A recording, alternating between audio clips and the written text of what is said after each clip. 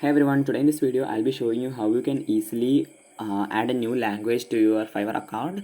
So if you have learned a new language and you want to if you want to tell your clients that you understand that language, you can easily add that to your Fiverr account. So I'll show you how you can do this. First you have to open up your browser and go on to fiverr.com.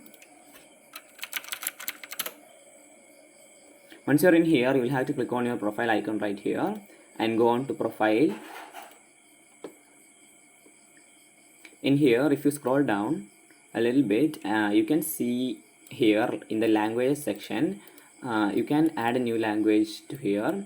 So I'll click on add new and you can type the language name. So I will add a language, maybe Marathi or something like that, which I don't know. So I'll just, and then I will go into select my language level. So it's just conversational, or maybe put it to basic and click on add.